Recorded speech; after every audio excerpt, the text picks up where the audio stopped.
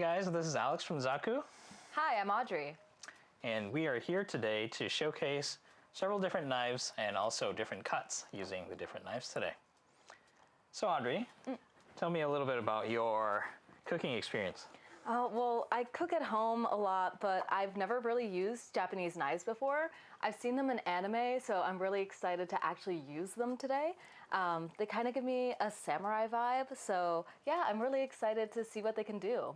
All right, perfect. So hopefully you get to experience using a Japanese knife, feel the differences, and hopefully maybe you can take one home today. Oh my goodness, I would love to take one home today. All right, so let's get into our cooking. Yeah. So what are we gonna cut first? All right, so out of the three knives today, we have three. Starting with the smallest one, obviously, right? This is the petite knife. Oh, this one's so shiny. Yes. All of these, both of ours, have the Damascus patterning, right, which See also that. gives a character to these. Speaking of character, Zaku character on it too. Yes, literally a Zaku character. And this is a very versatile one. Obviously, you can cut small things like your limes, garlic. Very handy. Oh. The one in the middle we have here, it's called the santoku. Santoku. Santoku literally means three virtues in Japanese. And this is the, I think, most versatile all-rounded knife there is in, I think, Japanese knives. Wow. Yeah. What makes it so versatile? What can it cut? Yes. So I think the santoku knife, compared to the rest of the other things here, obviously the blade length is, I would say, medium length. It's not the longest knife. For example, a sashimi knife goes really long. Yeah. But instead, right, it's relatively medium length. It's also got like a width over here. Compared to this, it's a little bit wider. And it also comes with a pointy tip. So with this, I think you can cut harder things, whether it's a carrot, pumpkin, but you can also use some of the knife, and just generally very versatile. So I think a lot of people, when they start getting Japanese knife, usually people start with the santoku. Oh, so this is the perfect starter knife. Exactly. Best for vegetables, meats, fish, you name it. Oh, that's so awesome. Yeah, it's really pretty. This one has some really interesting pattern on it as well. These knives are beautiful. I really like this one with a special kind of a wood, if you can see here, right, the pattern, with also a little buffalo horn in the middle. So I think this is a really special one. Yeah, that we'll be is using today. quite special. Now, what's this really long knife? Good. So this one is called a gyuto knife, right? And within a gyuto knife, we also, so you can see it's much longer, right, Oh, it compared is much to longer. the santoku. Even the petty looks very tiny next to Yeah. it. Gyutoku is, gyuto is also very popular, especially because this is very similar to a Western chef's knife. Yeah. And therefore, I think people just have are more used to it and choose gyuto knives. Today, we both have a special knife with a special pointy tip, right? So this is called a kiritsuke, and or if you want to do very small cuts, this comes in handy. That is pretty cool. I've never seen a knife with a style of tip before. It looks like a samurai sword, doesn't it? It does. It really does. Yeah, it's really cool. That's so cool. So today we're going to try to showcase the different knives and how they're better for certain vegetables, certain cutting, and hope you guys get an idea for when you want to choose your Japanese knife. Sounds good. Which one are we going to start with first? All right, why don't we start with our most basic, the most versatile santoku. Oh, yes. Let's get started with that. All right, so what should we do? Carrots, you said? Carrots. Yeah, let's start with some carrots. Wait, just let me get this in my mind. How would you actually cut a carrot at home? Oh, so I'm not very precise when I cut things. Okay. I tend to do things like Rangiri? just like, yeah, like kind of rangiri style where it's like really organic, whatever floats my boat at the moment. So I would probably chop the carrot in half. Maybe, depends on what I'm making. So if I'm making a curry, I would want like smaller cuts. So then I would chop it in like sticks and then kind of cube it. Or I guess if I'm doing more like stir fry style, Yeah. I would just keep the sticks. But yeah, I try a variety of different cuts, but I don't know if I'm ever doing it right. Okay. I'll give you this. This is probably easier. It's a Yeah. smaller. Yeah, carrot. here, we'll switch carrots here. So how would you even use this type of knife? Good question. So, with our santoku, obviously it doesn't have to be a santoku, but there's many different types of cutting techniques. And the first one we want to go is the most basic push cut. Push cut. Yes. So, I'm kind of talking about very basic physics, right? This is a blade, and when you want to cut, obviously you cut. But even with a sharp blade, if you don't use the knife properly, let's say if I were to put this blade on my hand, don't do this at home, but I'm actually putting pressure on my hand, but it's actually not cutting, right? And that is because, imagine if this was a piece of paper, Right. right? And if you did press a piece of paper on your hand, it's not going to cut. Don't do it. But if it were, let's say, a piece of paper, but then imagine going, like, push forward, Ah, you'll get a paper cut. right. It's the same physics, right, with the knife as well.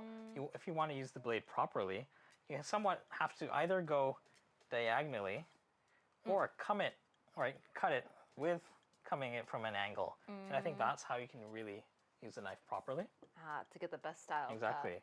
So a lot of people who start cooking try to cut vegetables like this, like just push it Right. like that, which is actually really harder. Whereas if you go at an angle, actually much easier. So we're actually going to try doing that using carrots today. Sounds good. Now, how would I hold a knife like this? Again, good question. So especially with Japanese knives, we recommend people to hold the knife by first of all pinching this thin end, like the neck Oh. over here, right? And usually this is where the knife balances in weight. Oh, I see that. That's so interesting. So the blade is here, and you have the handle, but they're kind of made so that they're balanced here. It is very balanced. And then with the remaining 3 fingers, you just put it on the side here, and that would be your basic grip, Okay. right? And you can use your 3 fingers to really grip things, right? Oh, I see. There are some people who put their fingers on top of the blade. Yeah, I think I usually go for this type. Why would that be wrong in this situation? Honestly speaking, there is no right or wrong, Okay. obviously. Putting it here, I think this gives you a firmer grip, Oh, yeah, I definitely feel that. right? But if you're going for precision, sometimes you would use your finger on top. So again, depending on what kind of cut you're trying to do, and for whatever purpose, right? Try to see what's most comfortable for you, and then you're Alright. good to go. Let me try cutting this carrot then. So, like this at an angle? Yep. Oh, there you go. wow. That's so smooth. I have a Daiso knife at home, and this definitely is way better than that. Yep. I usually have to fight the carrot. I think this Zaku knives also have a good weight to it.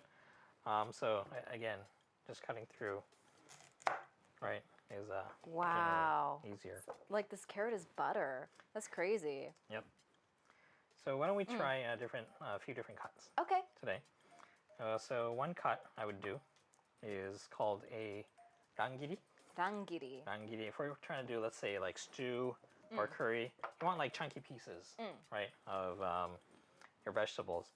So what you would do is maybe you can start with the thinner end, Okay. and you would just go at, let's say, a 45-degree angle. Right. Like this? There you go. Exactly. Oh, wow.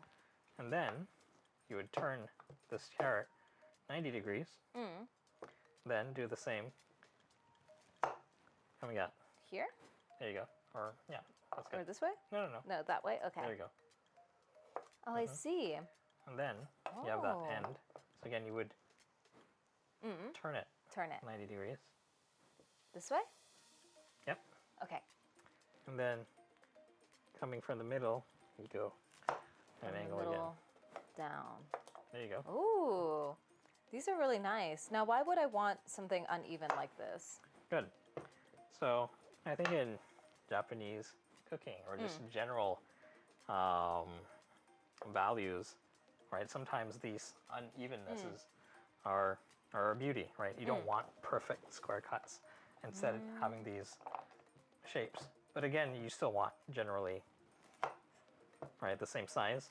I think this is a way to kind of keep consistency instead of like going, okay, where should I cut next? Yeah. Cut next. Is this good? And you kind of end up with random sizes. I think this is an easy way. It seems like it's uneven, but it's actually controlled unevenness, if you know what I mean. Yeah. They're definitely more beautiful than the cuts I would randomly do on my cooking, especially for curry. Yeah. So you can definitely try using this and try it at home next time. Yeah, I definitely will. Awesome. So, how would I use like a gyuto knife with a carrot? Okay.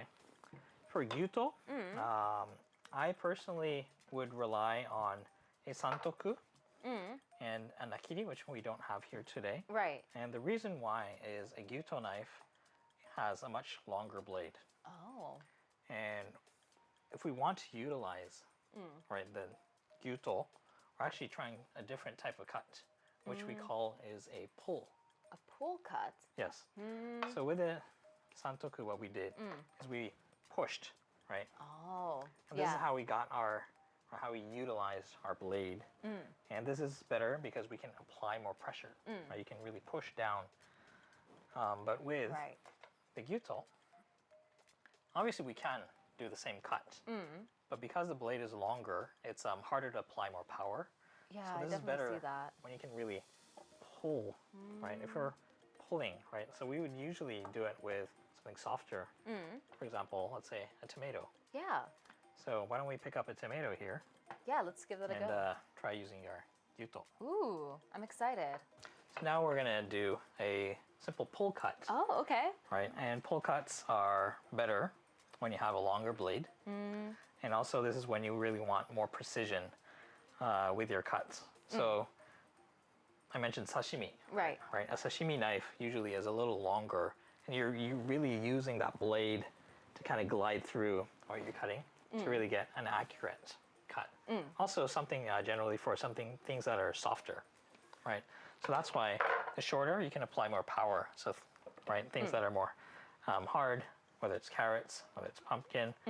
But with these things, right, meats, tomatoes, fish, if you're going for precise cuts, gyuto definitely shines more. So, shorter, more powerful. You want to push, and then longer, more delicate work. Yep. Yep. Okay. Okay. So with our tomato here, I'll kind of show you how to do the general pull cut.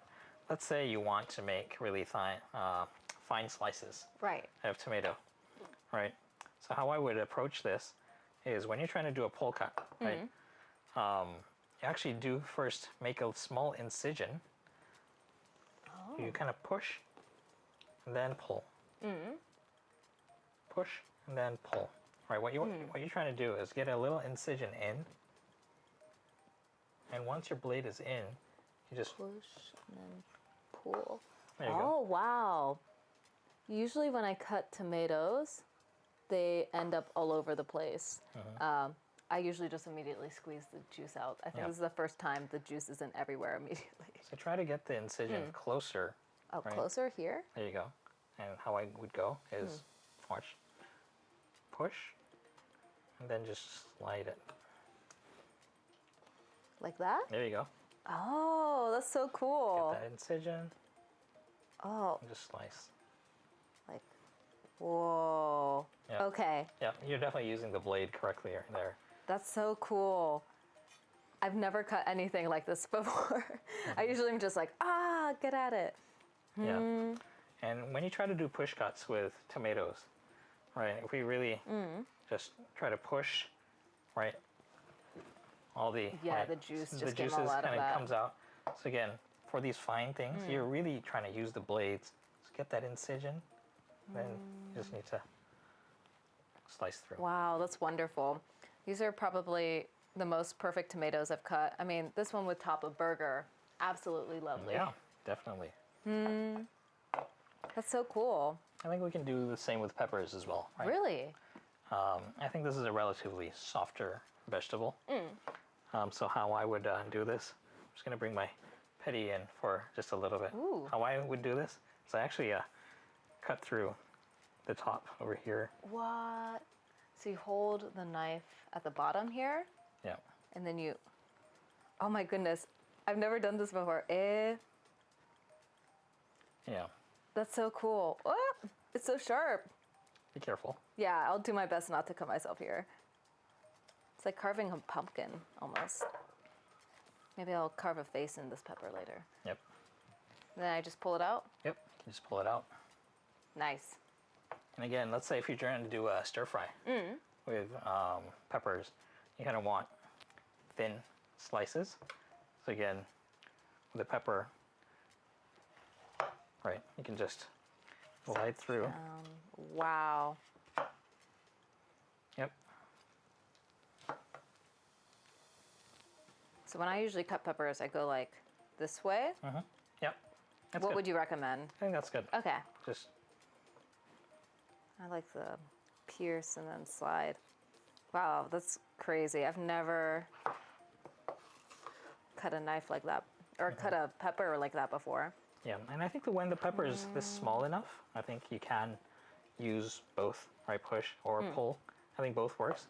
Let's say if you're really trying to do like really thin pieces, then I would use a slice, pull like this. Oh, I guess that's where this tip comes into play here. Exactly. So if I Oh, really want to wow. do this precise cuts, like this thin, That's so tiny. yeah. I think that's when you can do a pull, right? When you want really delicate stuff. If I try to do that with a push, maybe I can do it, but it'll really break, Yeah. right? And all the juices would come out. If I want to do thicker slices, obviously I can do push here as Right. well. That works as well. So I'm not saying, right, you have to do one or the other for certain things, right? This is perfect for a stir fry. Right. But again, these different cuts have different uses, right? If you want to do these really thin ones, you can use the tips and kind of have fun with it. Wow. All right, so if you're really doing something really Yeah. precise, doing some fine dining stuff, Making a really nice salad. yep. And if you want really small dices, or maybe if you want to put it into your dressing, Oh, that's a great idea for dressing. yeah, Yeah. you can really get these fine pieces. Oh, wow. Look at that. Yep. I still have a little ways to go to learn how to do that, but I'm still having fun cutting it like this. That's good. That's good. And I think that's the most important thing, Yeah. that you enjoy the process. Wow, these peppers smell really good right now, actually. I want to kind of throw them in a stir fry now. Definitely. All right, so we worked with the santoku, the gyuto. We Yeah. tried the push cut or the pull cut for more fine cutting. And I think now we can try doing a thing called a rock cut. A or rock rocking cut. Right. So that's The basically rock? not the rock, Oh, but okay. we're trying to Oh, rock like our rocking. knives to kind of do things, right, to cut things more like smaller pieces. Oh, of things, okay. basically. So today, let's try using our petty knife. Oh, okay. And usually what I would cut with petty knives are maybe things like herbs. For example, let's say this parsley, or let's say herbs, Parsley? basil here. So let's say you're trying to make some sort of dressing, or let's say making tartar sauce, and you want to put some parsley in there. Okay, so with a rock cut, we basically place our hands over the knife, and you basically use the rounded edge of the knife to basically get some speed and kind of go back. Okay. Well, you don't have to go fast, but basically the idea is you're rocking the knife. Oh, okay. Yeah, and you can use a petty. Obviously, you can use a santoku as well.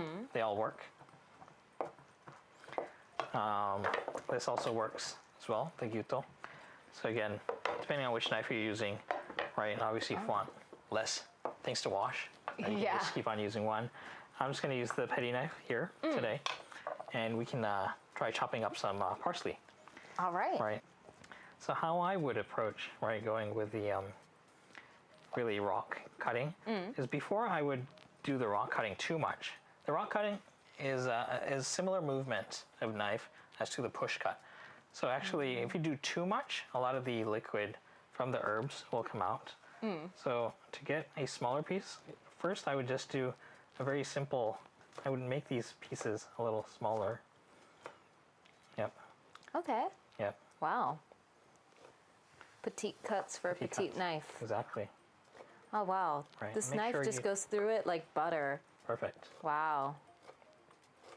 Then if you still want smaller things, then you bundle up your, there you go, that's good.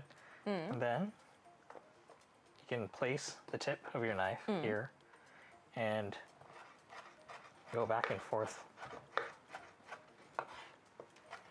Let me move this. Yep. Just regroup and you can really go. Oh, I see. Yep. And this So will a help little you. more. Okay, I see. I see how you're doing it. Yep. Just put your Here? in here. Yep. And you can even just use the tip. You can like say chop. This, like a chop. Yep. And then just go back and forth. Oh, okay. Yep. You're literally rocking your Yeah. knife. Right? I think you can do it a little smoother, but I mean, when I get to take one of these knives home, I'm going to definitely practice this because. Oh, Yep. okay. Wow. Oh, this parsley smells so good now. Exactly. And when you do this kind of rocking cut, I think it's really important. You're basically doing this to get really fine chops, Right. right? But when you do this, make sure you have a very sharp knife. Otherwise, you're basically mushing these parsley, and you're gonna get, right, a very dirty chopping board, and you're also getting the juices and all the fruit flavors and aroma out of your herbs. So, again, make sure you use a very sharp knife. Sharp knife. Okay, I'll keep that in mind. I'll have to keep these sharp, although these are very sharp, and I think they'll be sharp for a very long time. So, Let's say we are cutting an onion. How would you cut an onion for, let's say, if you're using an onion for whatever you're using, how would you cut it? okay. So with an onion, I would usually peel it first. Okay. And then, but that takes so long. How would you usually do this? Yeah, so you can hand it to me. Yeah. How I would start with an onion. You can peel one by one. That I feel is a very time-consuming process. What I would just do is just cut the onion at the top, right? You can do the same at the bottom here Oh. with the skin on. I think that's the key. And with that, once you cut it in half, then you already have these ends where you can peel the onions. Oh, that's Very much smoothly. better. So here's half for you. Thank you. And yeah, after I peel it, I guess I would just do slices. Well, it depends, right? So let's say we're dicing Oh, dicing an it. onion. How would you dice your onions? Well, I would make the little slices first, like this. And then I would do this, but it doesn't come out very, I think, beautiful like that. But it does work for me. How would you dice an onion? So with dicing an onion, I think people have different ways of dicing an onion. Obviously, if you want to go really clean, like very French style, maybe if you're doing something very precise, obviously, let's say if we're at let's say a Michelin chef, trying to ask for something very precise, then I would like do thin cuts, very precise, with a petite. It helps you work with very small things, right? But I think this is a little excessive, right? Maybe not for your, let's say we're trying to get small cuts as small as shallots. Right. You can go as small as this, Oh, wow. very clean. But maybe that's not for your everyday. What I would do, there you go. Like this? Yeah, that's where the pull really Yeah, the shines. pull method. Right. I feel like I could also do this with the tip of the gyuto that we were using. Yeah. But if we're working with something small, the petite definitely is much easier. For sure. Let's say if we're doing a more just general chop, but we still want fine, let's say. Right. Using the onion, this is the top part and the bottom part's here. I think a lot of people do this as well, but without cutting the bottom end, I would put small incisions here. So you can see that I'm going at an angle and I'm not cutting all the way through. Oh, okay. Yep. And make those small incisions all the way. You want to try that? Or Yeah. have another half onion if you want. Yeah, let me use a bigger onion here. Sure. Thank you. So like this? Yeah, without going all the way. So you're, Okay, you're I'm coming at still an going all angle. the way. So just above? But you want to cut the tip. So you want to cut this part, but leave Okay. the bottom part. Okay. Try. Like this. you go. And then stop here? So you can touch this part. Okay. Yep. There you go. Ah, okay. Yep, there you Okay, I see. Okay. I understand now. Okay. go. Yep. And don't worry if you go all the way. Oh. We'll still keep intact. Okay. I see. I usually just chop away at this. And then slice. Okay. I think once you get a hang, it'll be easier. Then the onion already comes in layers. But if you want really fine, I think we can even do incisions here this way. Oh, at the top? Yep. Oh. Make sure you don't cut your fingers. Yeah, I'm scared. It is a very sharp knife. Yeah. And if you do a few, then I think you're ready for your Oh. dicing. I see. I've never had a knife this sharp before, so usually when I see chefs do this on YouTube, I usually end up ruining the onion pretty quickly because it's like pushing all the skin and stuff off. So I think this is the first time I've actually been able to do that. Yep. Nice. Now what do I do? Now, we're actually going to start chopping the onions. But a key with chopping onions, I also mentioned this in my other videos, is, the issue with cutting onions is you start crying. Right. You just can't handle all the onion juice in your eyes. But you actually don't have to get all your onion juices in your eyes if you use the knife properly. So if you really push down from up here, then that's basically squishing the onions. But if you, again, go at an angle, push at an angle, go Like this? diagonally. Or this way? So if you can watch. So my blade is parallel to the Right. cutting board, Okay. but I'm pushing diagonally. Oh, okay. Yep. Like, Yep. I see. Okay. There you go. Oh, I just. There we go. This, It's like might require some onion practice. snow right now. But if you cut the onion like that, you can really get fine pieces, clear cubes. Yeah, those are way finer than the ones I tried to chop earlier. So again, depending on what you want to use your onions for, you can use this method if you really want clean cuts without all the juices out. I know some people do the rocking after this if they really want their fine stuff, but then it's almost like grating an onion because Right. it gets all mushy and stuff. So I personally don't like to do that if I'm doing it. Might as well use a blender. Right. But if you want these even cuts with the texture of the onion, this is one technique that you can definitely use. That's awesome. I'll have to try this in my sofrito next time. Yes. Yeah. Please do try. Petty knife is, I kind of showed this with a pepper, but I'll show it with a tomato again. Yeah, please do. What to do with this little leafy bit, Yeah. And obviously you can pull it, but there still is that really hard bit, There's that I hate core. that hard bit. It makes the tomato taste terrible. What I do is I hold my knife here Okay. at the tip, and I'm only using this end bit to cut. So what I do with this is using this. I know I'm not going to go any deeper, so I just go through the tomato and just go around, Oh. and that is a very easy way of getting that core out, Nice. and this tomato's basically ready to go. Imagine that works well with strawberries too, with that white bit in them. Oh yeah, Yeah. definitely. That's awesome. I think same with potatoes. I think we can do this. Or what I do is, let's say, you want to get that little bit out. I would use my santoku and use the bottom of it. Oh. Oh, to get the eyes out of the get potatoes? the eyes of the potatoes. Oh, that's pretty clever. That's a very easy way.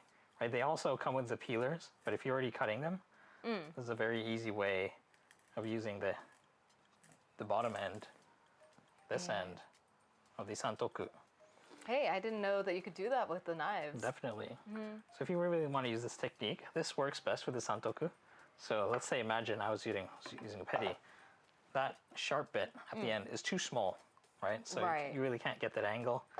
Same with the gyuto, right? Because maybe this one's big enough, but with a smaller gyuto, you don't really have that sharp Right. end enough. So that's where I think the santoku or the nakiri that we don't have here has that wider blade, Right. and therefore makes that process easier. Wow. Yeah.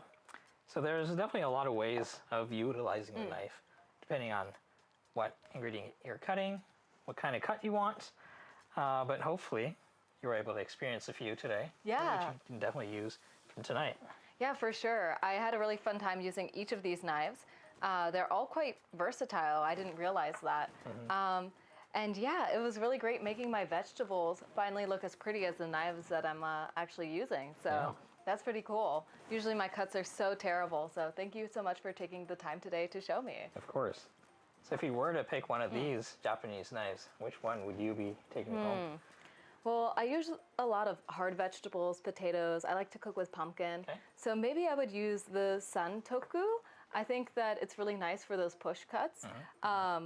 But if I think if for my meats and stuff, I would probably use either the gyuto or petty just to get those nice slices. Yep. Great choices. And Yeah. you're definitely picking it up really quickly. Yeah, well, I have a really great teacher. So course. hopefully you at home can also watch Alex and learn a lot. All right. Well, hopefully you get to try one of our knives, experience the different cuts, and you're on your way to becoming a better chef. That's for sure. See you next time.